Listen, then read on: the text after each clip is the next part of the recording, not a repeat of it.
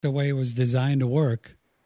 Well, it worked for him, my goodness, and he 119. He went to sleep. Yeah, he just went to sleep. Amazing. And boy, he was into enemas and colonics, wasn't he? Yes, he was. I mean, he was like... He was sick, though, when he was young. He helped himself at 17. He finally found out his problem and got cured. Yeah. And, boy, I recommend the same thing, man. Enemas are incredible. Everybody should do them, at least a couple of years. Folks, if you'd like to learn more about the inside of your body, the stomach and the intestines and how it all works, and Norman Walker, he's probably got 25 books. Yeah, he does.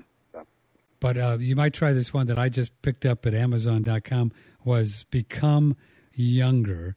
And I just cracked it. And then once again, boy, you just get so fired up about doing more and more juices and raw foods and really thinking about what food is really there for, other than just our, sensual pleasure. And even though we all love to do it, I mean, I was thinking this afternoon out on the porch is like, I've had about probably thousands and hundreds of thousands of lives, Don Jansen, or maybe 1 million.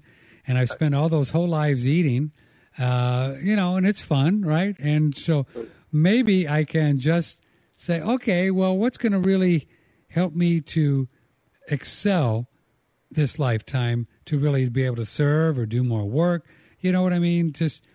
And maybe it is substituting what I know to be the very, very best for my body, other than what is essentially more attractive, like a bowl of oatmeal.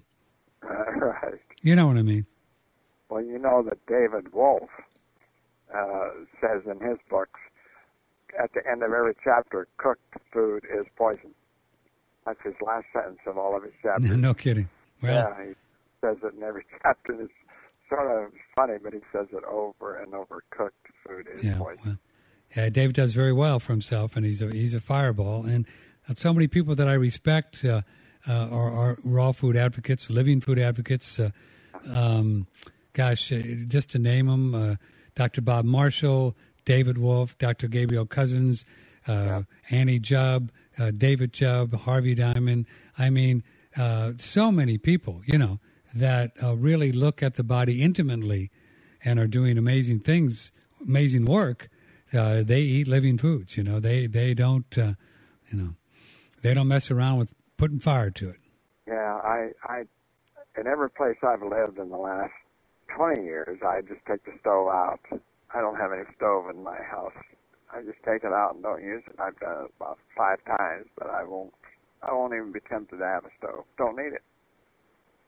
Because we can eat all the food processed or arranged and raw, and it's so much better. So much better for your digestion. You don't have heartburn. You don't have any of the problems. It's incredible. Now, let's talk about the wheatgrass then.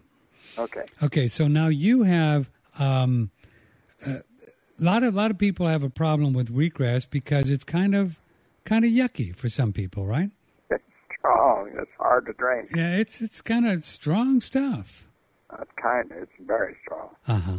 And I struggled with it for a number of years. My father, in his 80s and 90s, drank 8 ounces a day for 2 years because he'd been very sick as a child, and all of his life he had cancer. And in the 80s, when I got him to Florida, he drank peroxide and got rid of all of his cancer, got totally disinfected, and my mother died, so he drank juices. So he drank wheatgrass every day, and the results from 8 ounces of wheatgrass every day were incredible. His hair all grew in, his beard turned black, his eyesight became 20/20, his skin became clear, all of his age spots left. It was incredible. He looked younger, and he lived to 94 and went to sleep. That's 8. He did 8 ounces of wheatgrass for how long?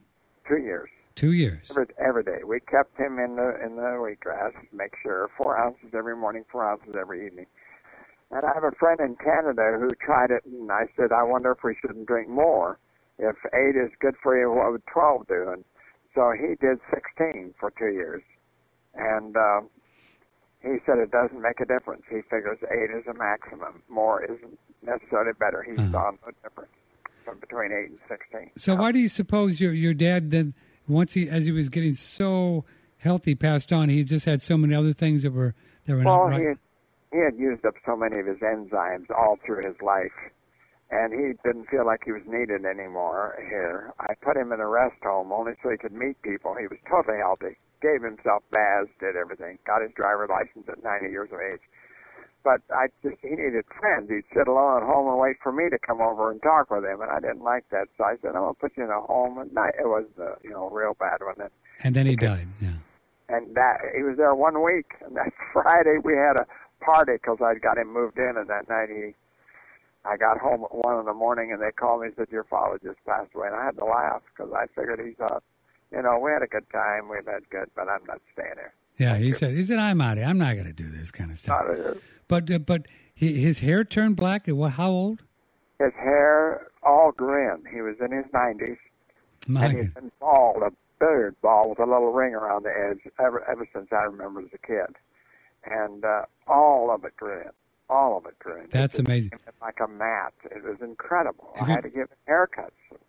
If you're just joining us, folks, Don Jansen's father started drinking 8 ounces of the ocean-grown now. It's a big difference.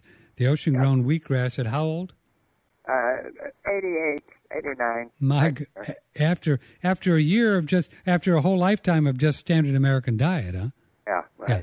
Cooked food. Good German cooked dead food. Wow. Dead food for 78 years or 88 years. And then his hair started growing back. That's amazing, man. And so that's got to be just the minerals, huh, Don Jansen? Yeah, sure.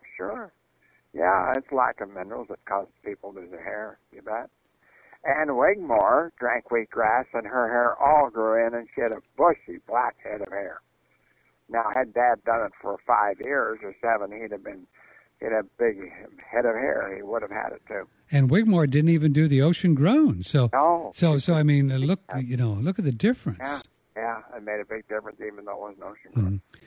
But now you've come out with something that I'm excited about because, for me and for many people, the wheatgrass, ocean grown or not, is pretty harsh stuff. I mean, it's hard. It's just rough stuff. But now, tell us about what you've done, which I'm very jazzed about.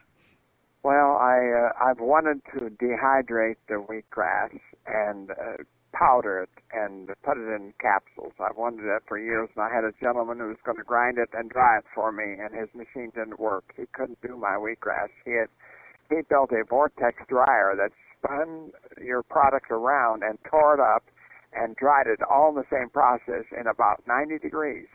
When you have expanded air shooting into a funnel kind of thing, it cools things off. It doesn't heat them up, and it was incredible. It would dry the grass at about 90 degrees. I loved it, and tear it up into powder. Wow. But I shipped him a pound of my grass, and he called back the next day, and he says, I don't know what happened. He says, I spun your grass in my machine, and a little bit of powder came out, not enough for a pound of grass. I waited and waited and waited and waited and ran it, and finally I shut it off. No more was coming. And a lump fell out like a Brillo pad. It was incredible. It would not tear up. He couldn't tear it up. He says, I have never experienced this in my life. Now, why do you suppose that is? I think it's because I have metals in my food. Oh, you mean yeah, because of the ocean, you got all the good metals, silver and gold and all the stuff. Tungsten and everything. It's all in there. Mm-hmm. And he's never had food that had gold and silver and platinum and the tin and iron and all that. It's in mine. All of it's in there. Well, that's what really makes the body work, right? Yeah, well, we're electrical. We need the metals. We can't live on pasta, and electricity doesn't run good on donuts.